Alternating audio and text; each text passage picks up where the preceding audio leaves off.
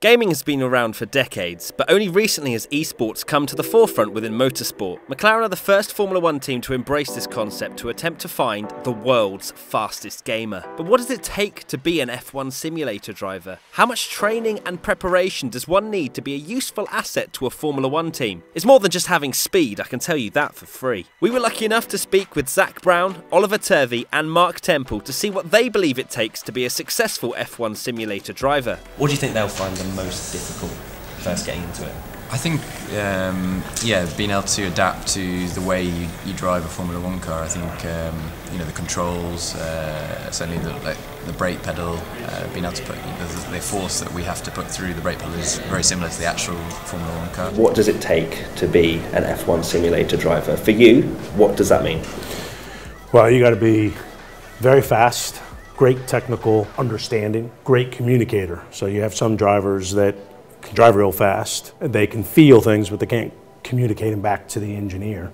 And this is all about enhancing and making our race car better. So it takes all three of those attributes, and then a lot of hard work and patience. And I think we're going to produce a great simulator driver who's going to share in the responsibility of giving us a great race car next year. Most of these guys, I guess, particularly some of them, they don't have big simulators where you have your steering wheel feedback, you have pedals, you don't have movement of the chassis.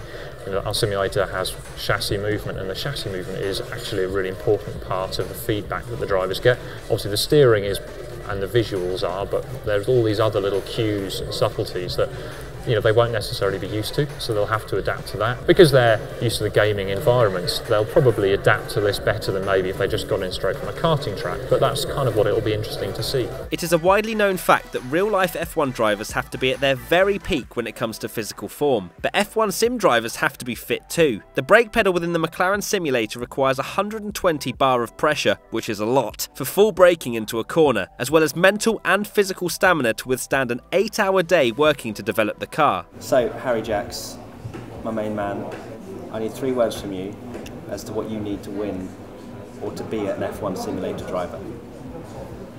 Precision. Consistency. Consistency. Smoothness. Speed. Stamina. Feedback. And dedication. So do you feel like it's opened your eyes to how much you've got to work on to become an F1 simulator driver? Coming into this, you always know that from just everyday life, I'm not in the position to jump into an F1 simulator and be right, I'm ready to go, let's crack on. Not a full-time sim racer, are you? Or even racer at all? No, so it's just one of those things where you go about everyday life and you come into a place like this and see just what kind of tests they're running. It is really eye-opening as to just how in-depth they're going and what you're not prepared for.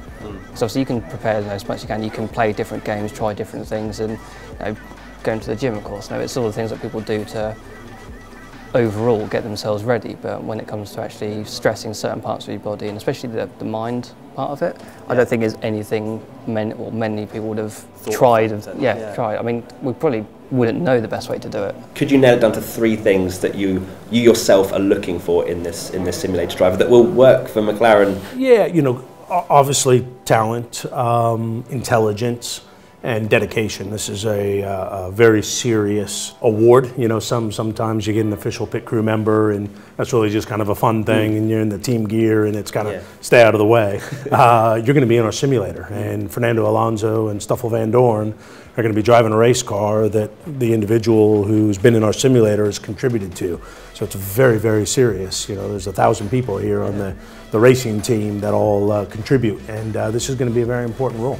Could someone that wins this competition eventually end up in a real race car, whether it's Formula 1 or a lower formula? Yeah. I think they could. They need to get in at a young enough of an age, because they're not going to go straight from esports into a Formula 1 car. They'd need to ultimately get experience. But yeah, I think that is definitely achievable in time. As long as the winner is an excellent simulator driver, then they'll stick around. This won't be something, once we catch on to someone good, whether they're on a Formula 1 car or a simulator, we want to keep them around. So whether we have more or different applications, those will be all things that we discuss internally. And have you tried any of the platforms that they've qualified on? I've been in our simulator, which isn't easy. I crashed a few times, but it's a lot of fun. It's quite intense. It's very intense. It's very intense. A lot of people get very disoriented in it. So it's not easy. It's a very uncomfortable environment. It feels like a race car. It's hot.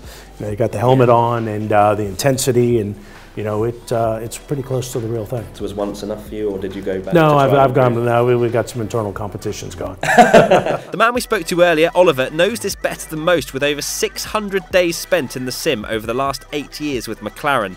Mental. Do you reckon you have what it takes to be an F1 simulator driver? Are you the next Oliver Turvey? Let us know why in the comments section below.